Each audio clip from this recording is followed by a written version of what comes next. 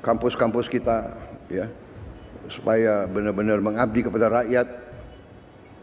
Waspada, jangan sampai mahasiswa kita dihasut. Ujungnya saya yakin itu adalah kekuatan-kekuatan yang tidak suka Indonesia bangkit. Kembali lagi bersama kami di kajian online daily. Sepertinya Pak Presiden Prabowo Subianto sudah membaca siasat licik para partai korup atau orang-orang yang tidak suka melihat Indonesia bangkit. Ini disampaikan langsung oleh Pak Presiden Prabowo Subianto di hadapan para audiens termasuk di hadapan para menteri. Yang dimana Pak Presiden Prabowo Subianto mewanti-wanti jangan sampai ada mahasiswa kita yang terkena hasutan. Namun sepertinya saya membaca fakta lain rekan-rekan. Masih ingat kan demo beberapa waktu yang lalu? Ternyata demo tersebut tidak hanya mengkritik kebijakan Presiden Prabowo Subianto yang memang dianggap memberatkan rakyat. Namun ternyata ada salah satu teriakan yang berkata, gulingkan Prabowo Subianto atau makzulkan Prabowo Gibran. Nah, ini kalau saya katakan sudah di luar dari konteksnya rekan-rekan. Karena bagaimanapun juga kita benar sekali berada di negara demokrasi, berada di Indonesia yang menjunjung tinggi kebebasan berpendapat. Namun, perlu diingat, Prabowo Subianto dan Gibran Rakabuming Raka sudah mengikuti proses pemilu yang sah menurut hukum perundang-undangan Republik Indonesia, kemudian sudah dilantik dan pada saat ini tengah menjabat. Kenapa ada teriakan gulingkan Prabowo Subianto dan Gibran Rakabuming Raka? Apa urgensi dari penggulingan Prabowo Subianto dan Gibran Rakabuming Raka? Saya kira menurut akal sehat sangat-sangat tidak relevan jika ada oknum-oknum yang berteriak seperti itu. Kenapa saya katakan tidak masuk akal? Karena kan ini pemerintahan yang sah, masa harus digulingkan? Mau dibawa kemana negara kita kalau presiden yang sah digulingkan hanya karena nafsu-nafsu politik yang berkedok membawa suara rakyat. Faktanya, masyarakat Republik Indonesia sangat puas dengan kinerja Presiden Prabowo Subianto dan Gibran Rakabuming Raka. Terbukti pada setiap kunjungan yang dilakukan oleh Prabowo maupun Gibran, masyarakat selalu antusias rekan-rekan. Dan survei yang dilakukan oleh media Kompas pun ini menunjukkan kepuasan masyarakat yang sangat tinggi. Nah, di mana ceritanya? Kok pemimpin yang dicintai rakyat mau digulingkan oleh segelintir pihak? Inilah yang harus diwaspadai. Terlihat kali ini mulai banyak suara kritikan bernada fitnah kepada Prabowo Subianto, termasuk ada yang memframing bahwa Prabowo disetir Jokowi. Kan ini sudah sangat keterlaluan rekan-rekan. Maka dari itu, Pak Presiden Prabowo Subianto mengingatkan kepada kita semua untuk selalu cermat membaca gerakan-gerakan politik yang bersifat melawan pemerintah. Karena memang pada saat ini Prabowo Subianto tengah berada dalam track yang benar serta memiliki proyek serta roadmap yang sangat-sangat krusial. Oke, kita tahu bahwa ada infrastruktur dan target Indonesia Emas 2045. Namun ada yang jauh lebih krusial daripada itu semua, yakni bagaimana Prabowo Subianto membongkar skandal-skandal korup di Indonesia, termasuk di Pertamina dan lain-lain, yang kerugian negara bahkan ada yang mencapai 1.000 triliun. Kan ini sangat-sangat tinggi. Kemudian Prabowo pernah memberikan statement lagi bahwa saya tidak takut dengan koruptor dan saya tidak takut dengan mafia manapun. Ini sudah sangat jelas kode keras dari Pak Prabowo bahwa beliau pada saat ini tengah berperang melawan mafia dan gembong-gembong koruptor di negara ini. Ini sudah tidak main-main rekan-rekan. Mereka bisa melakukan 1.001 cara untuk menggulingkan Prabowo karena mereka memiliki power yang sangat tinggi, mafia-mafia yang tersembunyi ini rekan-rekan. Jadi memang kita perlulah mendukung Prabowo dan mengapresiasi setiap langkah kebijakan politiknya. Kalau rekan-rekan perhatikan, berulang kali Pak Presiden Prabowo mengatakan saya siap kehilangan nyawa untuk negara ini. Ini membuktikan bukan kiasan lebay atau apapun itu, karena memang pada kenyataannya untuk menumpas korupsi di Indonesia diperlukan nyali yang besar oleh para pemimpinnya. Dan ini semua ada pada diri Presiden Prabowo Subianto dan Wakil Presiden Gibran Rakabuming Raka. Mencapai yang kita inginkan, yaitu meningkatkan penghasilan rakyat Indonesia, menghilangkan kelaparan, menghilangkan kemiskinan. Anak orang miskin tidak boleh miskin. Itu tekad kami. Anak orang miskin, dia harus nanti bangkit dan dia nanti membantu orang tuanya. Saudara-saudara,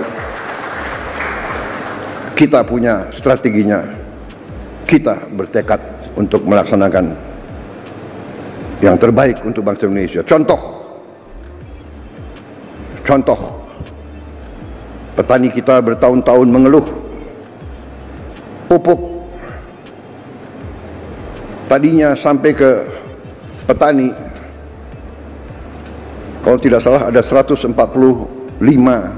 regulasi. Habis itu harus tanda tangan 38 gubernur, kemudian 500 kepala daerah dan berapa belas kementerian. Kita potong dari pabrik langsung ke kelompok petani. Nggak ada lagi muter sampai nggak jelas ujungnya di mana. Ini contoh kita bertekad efisiensi, jangan macam-macam alasan, padahal alasannya itu adalah untuk di sini mungut, akhirnya sampai ke petaninya teriak. Saudara-saudara, kita berada di jalan yang benar. Indonesia cerah. Kita akan kelola kekayaan dengan baik dan kita akan bangkit sebagai negara maju. Terima kasih Menteri Pendidikan Dasar Menengah. Selamat bekerja Menteri Pendidikan Tinggi, Sains dan Teknologi. Binalah kampus-kampus kita, ya, supaya benar-benar mengabdi kepada rakyat. Waspada, jangan sampai mahasiswa kita dihasut. Ujungnya saya yakin itu adalah kekuatan-kekuatan yang tidak suka Indonesia bangkit. Itu saja. Ya, tapi saya percaya rakyat kita sekarang mengerti dan sadar apa yang terjadi. Ya. Kebenaran selalu akan menang, saudara-saudara sekalian. Kita berada di jalan yang benar. Kita bertekad membela rakyat kita. Terima kasih dari saya. Selamat sekali lagi. Nanti kalau ada tempat lagi, kalau tidak salah nanti sore saya akan bicara dengan beberapa ratus rektor, ya, dan dekan. Pendidikan kunci daripada semuanya, tapi untuk pendidikan yang bagus kita perlu apa? Uang. Benar. Mencapai pendidikan tinggi tidak dengan omon-omon. Uang. Untuk itu kita harus pinter mengelola uang. Pinter, pandai, cerdas, handal, hemat, iya kan? Bagaimana pepatah ajaran orang tua kita? Hemat pangkal kaya. Nggak ada boros bisa kaya, nggak ada bocor bisa kaya, nggak ada negara yang korupsi gila-gilaan bisa kaya. Tidak ada. Korupsi menuju negara hancur.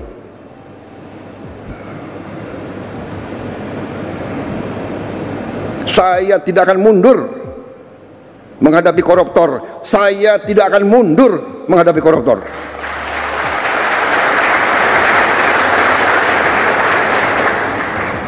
Mereka harus mengerti, saya ini siap mati untuk bangsa dan rakyat ini.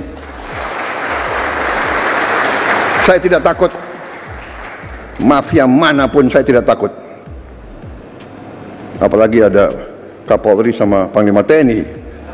Masa kita takut? Apalagi guru-guru akan membantu saya, ya.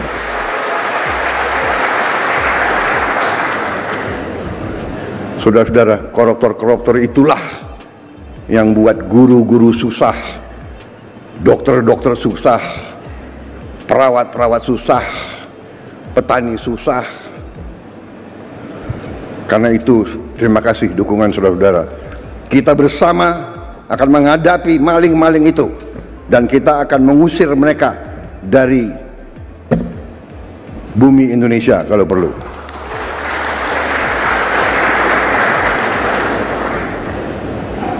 Saya nanti juga akan sisihkan dana, saya akan bikin penjara yang sangat, pokoknya sangat kokoh di suatu tempat yang terpencil, mereka nggak bisa keluar malam hari. Kita akan cari pulau, kalau mereka mau keluar biar ketemu sama hiu.